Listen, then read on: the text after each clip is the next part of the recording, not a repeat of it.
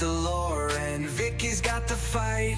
Nerdify my girlfriend. Let's glow in neon tonight. Pixel dreams and comic streams. We're chasing all the hype. Level up, press start again. We're powered by delight. Diving into fandoms every week, every night. Barry's got the lore and Vicky's got the fight. Nerdify my girlfriend. Let's glow in neon tonight.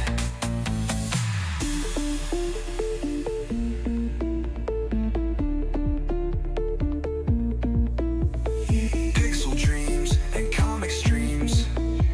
We're chasing all the hype. Level up, press start again. We're powered by delight. Diving into fandoms every week, every night. Barry's got the lore and Vicky's got the fight. Nerdify my girlfriend. Let's glow in neon tonight.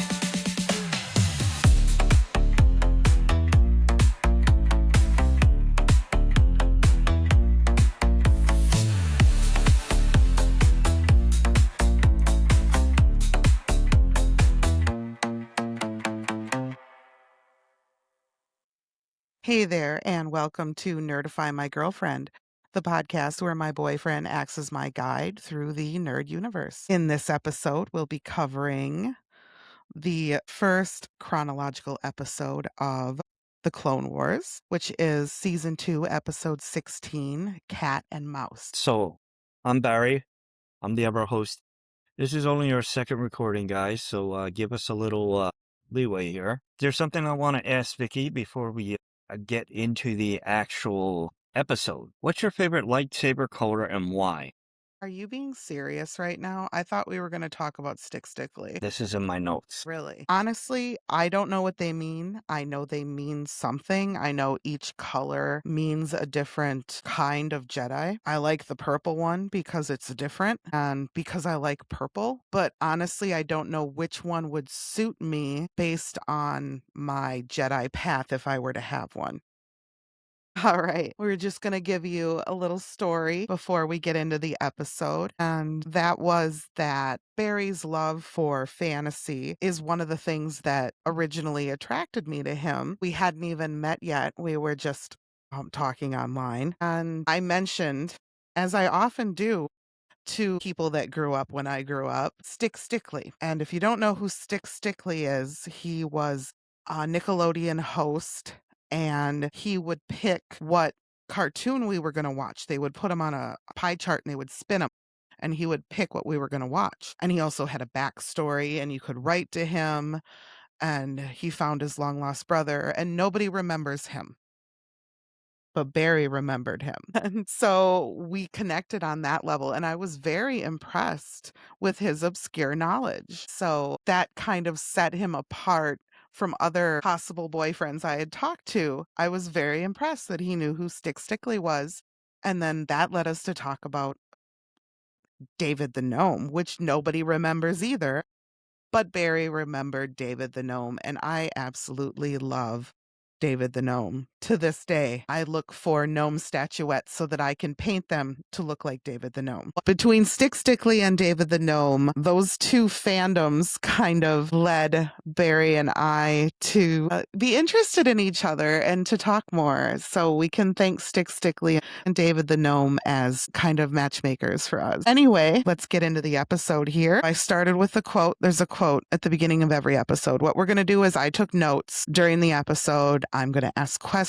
I'm going to kind of go over what I observed and then let Barry kind of fill in the background, and I'll ask questions and make comments if I have them. So the quote at the beginning of the episode was, "A wise leader knows when to follow." And I had thought after watching the episode that that might be pertaining to Obi-Wan because he very much has to follow Anakin's lead, whether he wants to or not, in this episode. So we start with the Separatist ships blockading Christophsis and Bail Organa.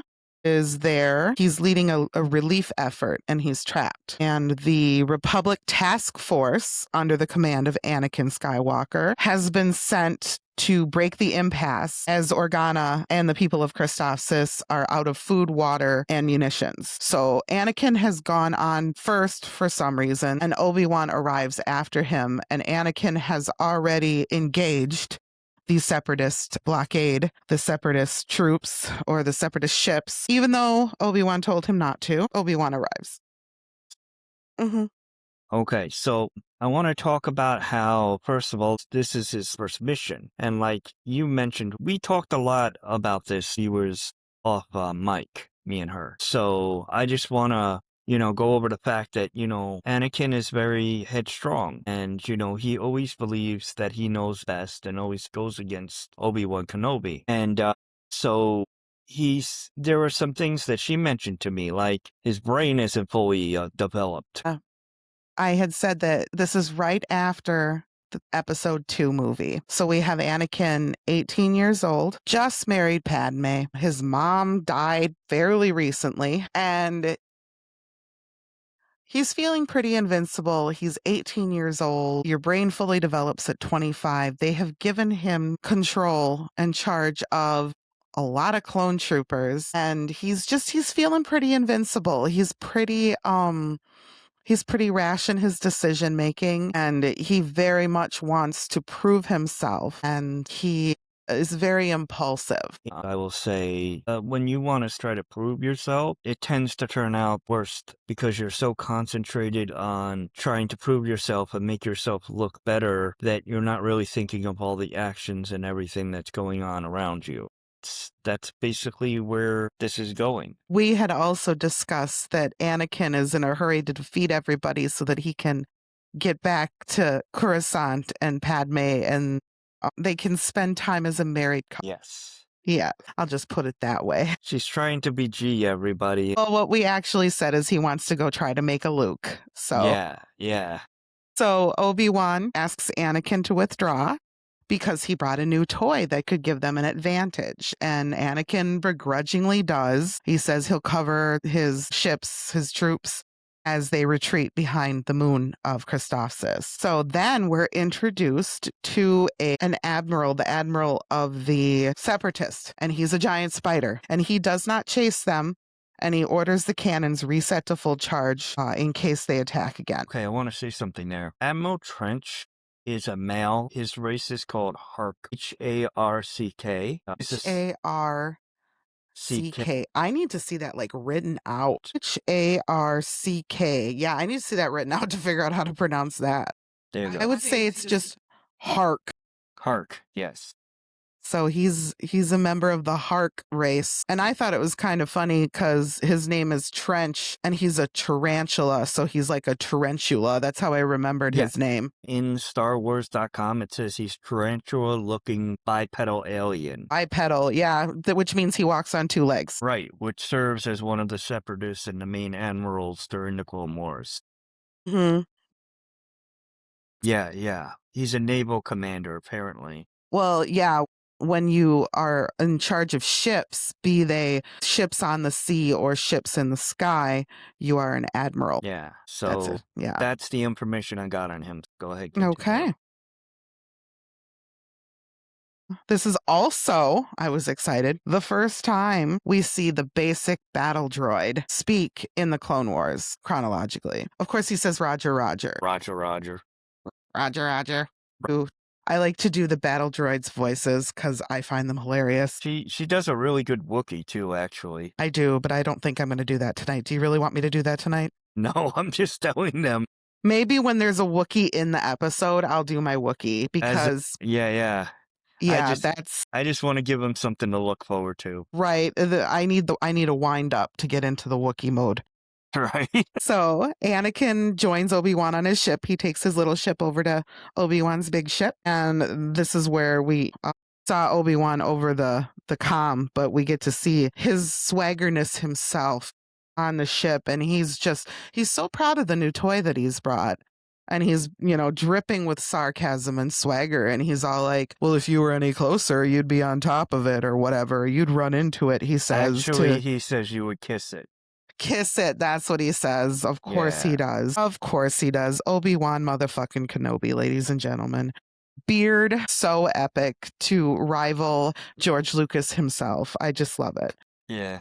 And I want to know, honestly, how the actor that they got to do Obi-Wan's voice sounds more like Obi-Wan Kenobi than Ewan McGregor. I want to know how that happened. Like, he's more Obi-Wan than Ewan McGregor, which is hilarious to me. Yeah, all of them are. Like, even The voices are good. Yeah, like, I would definitely say if you guys want to, like, follow the episodes with us as we do them, like, watch it with us. If you want to do that, I definitely recommend doing that because, talking about it is one thing, but if you're actually watching it as we're going through it, it gives you more of a, You can see exactly what we're talking about. right, You don't have to watch it like while you're listening to us, but like maybe directly before. right, yeah.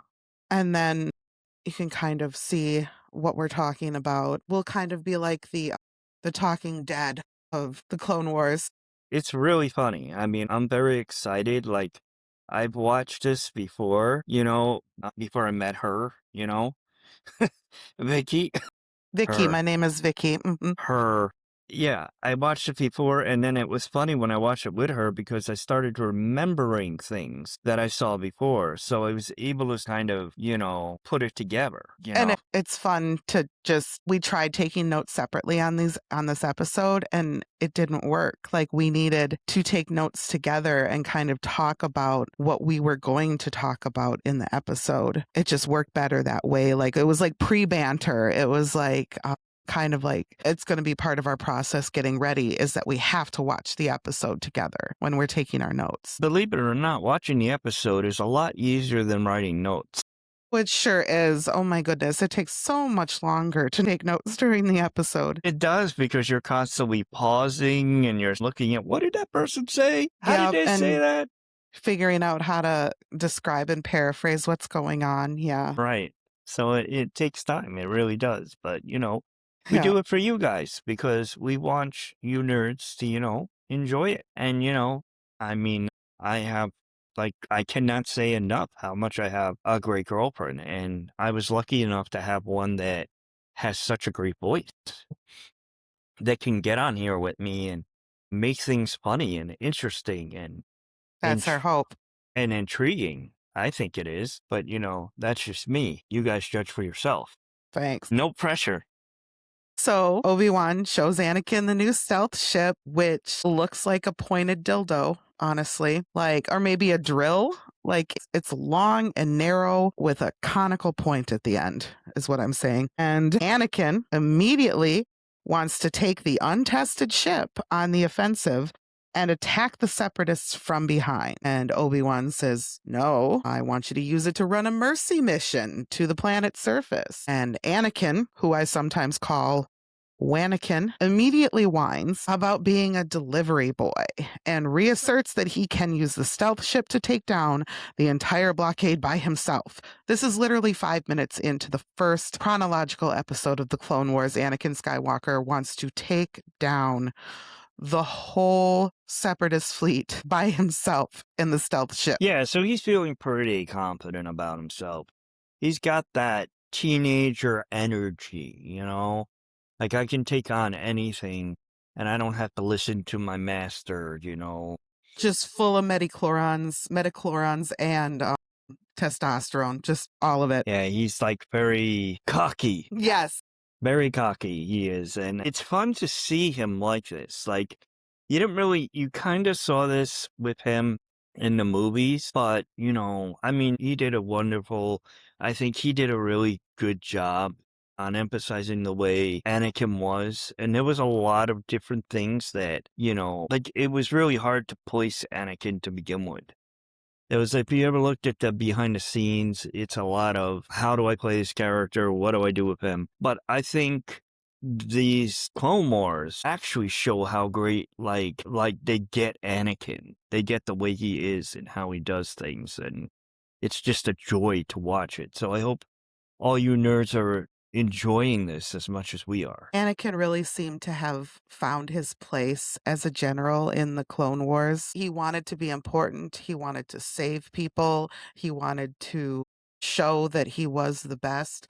And the Clone Wars and him as a general really give him the opportunity to do that, which is both a good thing and a bad thing. And how old did you say he was? 16? 18, I believe. 18 at the 18. start of the S- Clone Wars. So the Jedi just say, hey, let's give an 18-year-old a bunch of guns, a ship, some clones, and let him just fuck up shit. Yeah. No. Let's not worry about those raging hormones or anything, you know? And I don't know if he got any training as a general. Like, the clones were all trained, and he was trained as a Jedi. And he said that he had to study military history. So he did study military history, but like, I don't know if that really qualifies you to just be given control of thousands of troops and to just be sent into battle. I guess they didn't really have a choice, though. Yeah, and if you think about it, he was doing peacekeeping stuff before all this with Obi-Wan Kenobi. So this is Yeah. a complete change for him. Yeah, in episode 2, at the beginning, I believe they were away on a border dispute mission. And then the other mission that he had was to protect Padme Amidala. So, like, he's being a bodyguard, he's going to different planets and settling disputes. And yeah, they get into some trouble and he has to save Obi-Wan on a small scale, but he hasn't done this, like, large scale battle stuff until that battle in Geonosis and then the Clone Wars. Right. Sorry, am I saying too much? No. Actually, Do I know too much? This is going very well because I've been studying up.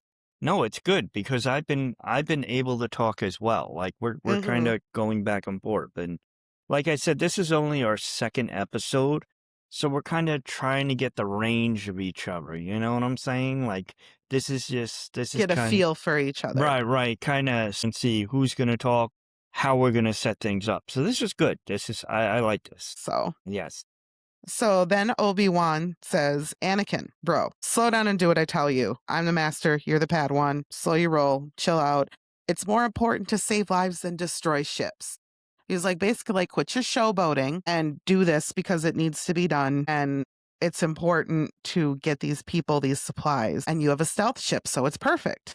So the admiral that had been with Anakin the whole time, Admiral Yularen, he's doing research on the computer in the ship. And he's looking at the insignia on the ship that Trench is in. And he like researches it and he brings it up and he sees, oh my God, that's Trench's symbol. And so he asks to talk to Anakin before he leaves. And he goes to Anakin and he says, hey, this is Admiral Trench's, like he's leading this blockade. And they talk about in military history, which Anakin has studied, that he was supposedly vaporized in the Battle of the Malastare Narrows. I was wondering what information you have on this battle. So yeah, I looked it up, and it talks about an episode that's later on in the series, which I really don't want to touch on yet. Okay. But I couldn't really find anything. Like it's one of those things that Disney didn't go further in, and George Lucas. Like, if anybody, please comment, guys. You know, if anybody can find out information on it, you know. About the Battle of the Malastare Narrows. Yes, about apparently there was a blockade, and it was maybe this is all we know about it is what Admiral Yularen says. Yeah. He remembers that the corporate fleet was blockading Malastare. I just want to know if it said Malastare or Malastare. It's Malastare. So yeah, so the corporate fleet was blockading Malastare and Trench was leading it, and Admiral Yularen remembers that they tore their ships apart and they had to call in a Jedi-led task force, which eventually destroyed Trench's ship, and it was believed that Trench died, but apparently that was fake news.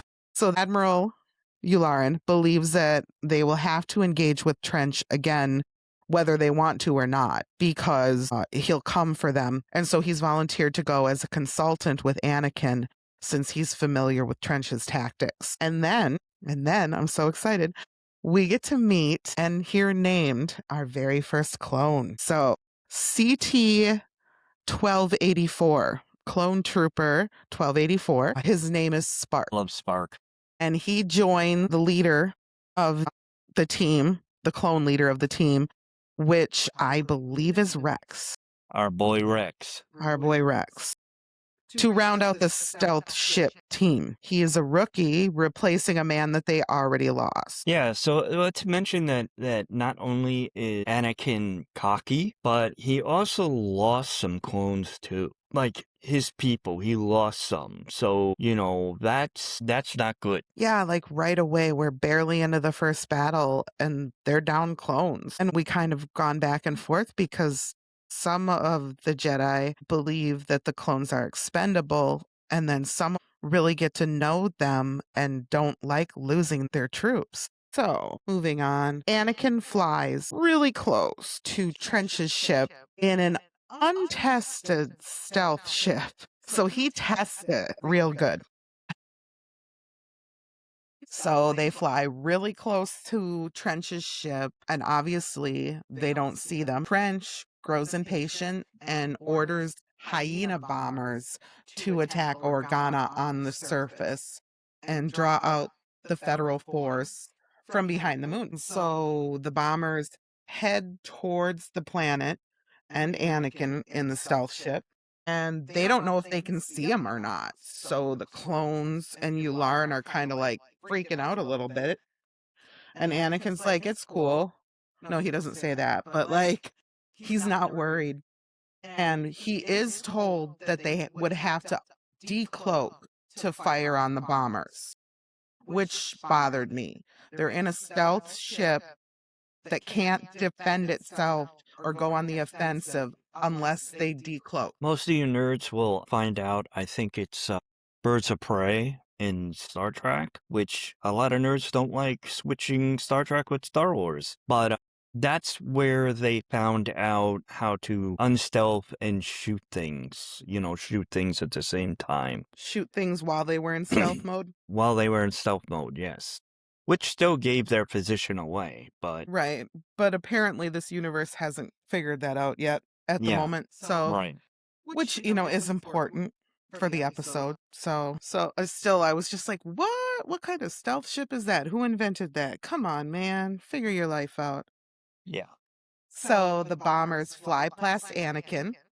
They can't see him. And Admiral Yularen and Anakin realize they're going to bomb Senator Organa's position, which is unfortunate. So Organa also realizes this, contacts Obi-Wan and begs for immediate help.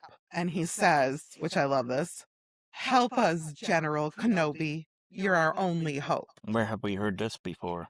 Right? I love it. So Obi-Wan calls Anakin and tells him to continue to the surface while he sends fighters from behind the moon to engage with Trench to help and take the attention off of Organa. And then Admiral Yularen tells Obi-Wan he doesn't have enough fighters to engage Trench openly. He says that Trench is laying a trap, which is exactly what Trench is doing. It's a trap. Right, exactly.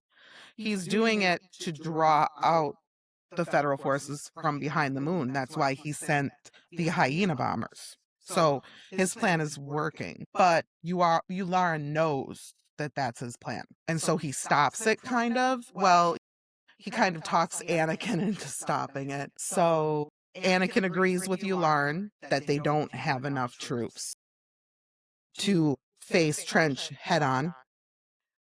And Obi-Wan says, "Anakin, I've got enough problems without you becoming one of them." They argue, as they normally do. And Anakin tells Yularen to prep the torpedoes and fix range on Trench's ship. And Obi-Wan again tells Anakin to deliver the supplies. And Anakin smiles like a cocky son of a bitch and says he's on it and hangs up on his master. Cocky as hell. Yep, that's the way he is. He's very My cocky. gosh, Anakin. So Trench is wondering why they haven't attacked yet and what they're planning. And then Anakin tells his crew to decloak and prepare the torpedoes. Tortillas. Tortillas. Tortillas. Flying tortillas. We're gonna throw food at him. Yes, we're Yes. just gonna frisbee tortillas right at him, like a slice of cheese on a cat's face. All right. And He's- Spark, poor Spark is like, what? I thought we were delivering supplies. And Rex is like, oh, yeah, he does that. General Skywalker is pretty much always on the offensive, which I want to know how he knows that. Because this is like their first mission. Yeah, there's a lot of things that, I mean, like we said, we talked off mic that Rex could basically tell somebody's attitude and the way they were, and he probably studied up on Skywalker because he was very well known, even Rex in the temple. ends up becoming his second in command, basically. Right.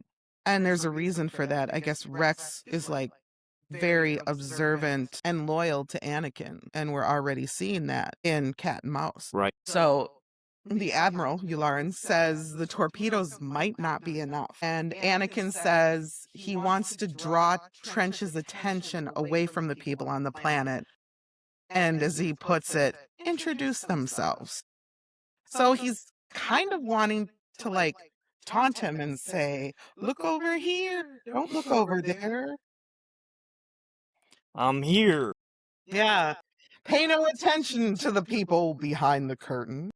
He thought Trench was hungry. That's why he's throwing the tortillas. Yeah, the tortillas at him. Yeah. Not the torpedoes, the tortillas. Yeah. So Anakin uncloaks and fires four torpedoes.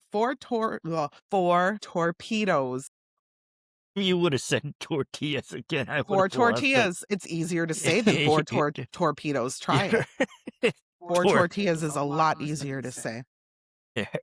So he fires on Trench's ship, and Trench activates his shields and blocks and prepares to fire his cannons. And then Anakin launches flares. I mean, Yularen's like, oh my God, what do we do now? We're doomed. Or, he kind of reminded me of C-3PO. Like, he's like, the whole time, he's just like, oh my God, what should we do? And Anakin's just like, this, obviously, and he just does what he needs to do. So he orders the clones to launch flares, and they draw the heat-seeking missiles to them as they recloak and disappear again, which I thought was pretty cool. I mean, smart, So Trench orders a spread of lasers fired in that general direction. Anakin managed to dodge all the lasers. They're coming from all directions towards him, and he dodges them, which causes Trench to figure out that the ship is being flown by a Jedi, not just a regular clone. So then he wants to talk to him. So he... Hello, ugly. Yeah. He sends out a communication. And as soon as Anakin opens it, he's like, oh, hello, ugly. So then Trench taunts Anakin. He says, I am your doom. And that he's dealt with this type of ship before. And they will have Christophsis with the Separatists. That's it. They've lost the planet. They might as well turn back. All is lost. So he tells Anakin to withdraw. And then Anakin and Yularen have Obi-Wan research, just real quick, Trench's battle history. And, I mean, they do it so quick. They must have great internet. I love that. That's great. That's great. Because, they're just like, they just look them up and it's good to go. They just know what's going on. So Anakin figures out that Trench used magnetic signature to do the other ships, but they were a lot bigger, and his ship is a lot smaller. So he thinks he can avoid it. Maybe it would be a lot easier for him to go after Trench. He finds out that he's defeated stealth ships before using tracking torpedoes. And so Anakin figures that he must be tracing the magnetic signature. That's it. Correct. And so he asks Obi-Wan, just wait a minute. Just give me a sec. I'm going to just go destroy Trench, okay? And then you can attack the rest of the fleet. Just give me a second. And Obi-Wan says, "Might I remind you that this is not your mission?" And what does Anakin say? He says, "You might." "You might." And then he hangs up and continues telling his crew to fire on Trent because he can't listen for shit. Yeah, he's very cocky. That cockiness is coming back. And honestly, he comes by it honest because Obi-Wan's pretty cocky himself. So he was trained not just to be a Jedi, but to be a cocky SOB. Yeah. Trained by the best. So Anakin decloaks, fires again, and then before the torpedoes even hit Trench, he's recloaking. And so Trench then orders that they lock on to the ship's magnetic signature. And it's like, oh my God, I guess Anakin got it. He just knew. He was right. That type of warfare that Anakin is using, it's called cloak and dagger, what he's doing. He's shooting and then he's cloaking again. So, Mhm. but he's giving his position away. Right. Most people try to get out of the range of the shot afterwards, like they'll move their ship so that way somebody doesn't know where they are. But Yeah. Anakin's too cocky for that. So Trench orders the tracking torpedoes to be fired. And the droid, which you told me was a commander droid. It is. It's that, and we see that later on in the series. It's actually the commander droid. So it's like when you have an admiral, Mhm. there's a second command that is like the commander droid on the separatist side. Like Master and Commander with Russell Crowe. Right, yes. So he's the one that's just delaying things that Trent should already know. Okay. He's relaying. Yeah, okay. It's So annoying. the commander droid says we have to lower shields to do that. And Trench is like, yep, lower the shields and fire the tracking torpedoes, which I'm pretty sure Anakin must have known would be his response. So, because Anakin's already got this plan, which he tells nobody else, by the way. He just lets them all sweat. Yeah, The clones, this is a Yularen. this is a little bit too convenient if you really, if you look at it. I mean that he knows everything about Trench. I He mean, must be using the Force, those midi-chlorians. He can just sense it. I don't think that's how it works. But I don't understand why he brought the Admiral if Anakin already knows every move that Trench is going to make. It doesn't make any sense to me. Well, Yularen is the one that said, look, he just said he's defeated this kind of ship before. We should look into that. Mm-hmm. So that's why Obi-Wan looks into it. So, like, really, that's the only way he helped, Mm-hmm. is to identify that it was Trench and then encourage them to further research. Well, I'm just saying in this episode, it seems like the Admiral really wasn't too active when it came to, hey, let me come aboard your ship. I know his stuff, and let me help you. It seems like he didn't really do what he said he was going to do. That's all. He was inefficient. Yeah, he was kind of at a loss of what to do a lot of the episode. And Anakin just was like, well, obviously, I have a plan. Watch me go. I also think it comes into play that Anakin knows a lot about starships He does, yeah. because he was a slave, so he worked on things like that, and he's very good at working on stuff. So that came into play as well. He's good at working on stuff and repairing stuff. Yeah. So the tracking torpedoes coming at Anakin's position, even though he's cloaked again because of his magnetic signature. And he turns around, takes a U-turn, and they're following him, and he flies right for Trench's ship. Trench sees this, and you noticed that Trench smiled. Yeah, I want to mention earlier in this episode, Trench mentioned to Anakin when he was on the comm, he mentioned that he was looking for somebody that was adversary, that was, smarter than him, and he hasn't had that in a while. So when this happens and he sees what Anakin does, he gives a little bit of a smile. Like, I don't know how you can tell with those big spider fangs. his jaws grow up a little bit. Okay. All right. And Trench, he smiles, and then, because he's like, ooh, this guy's good. And then he orders the shields back up, and the commander droid goes, yeah, they're still recharging. And then he loses his smile. So Anakin flies like super close, like he basically buzzes the bridge, like he's so close to where Trench is. And then the tracking torpedoes go right under or over, Like right on top. right on top of where Trench is. So the polarity that he went in, it would have exploded the whole entire central center where Trench Right, was. like the top, the bridge. Yeah, the bridge is Yeah. what he went into. Missiles hit it. Yeah, so it looks like Trench has got. Like, it looks like he dead now. His ship definitely went down. So that takes out the leader, the guy that's coordinating all of this. So Obi-Wan says, hey, good job. And then he moves forward with the attack on the rest of the Separatist fleet, who are leaderless now. And Anakin just kind of casually says, well, he'll deliver those supplies now to the surface.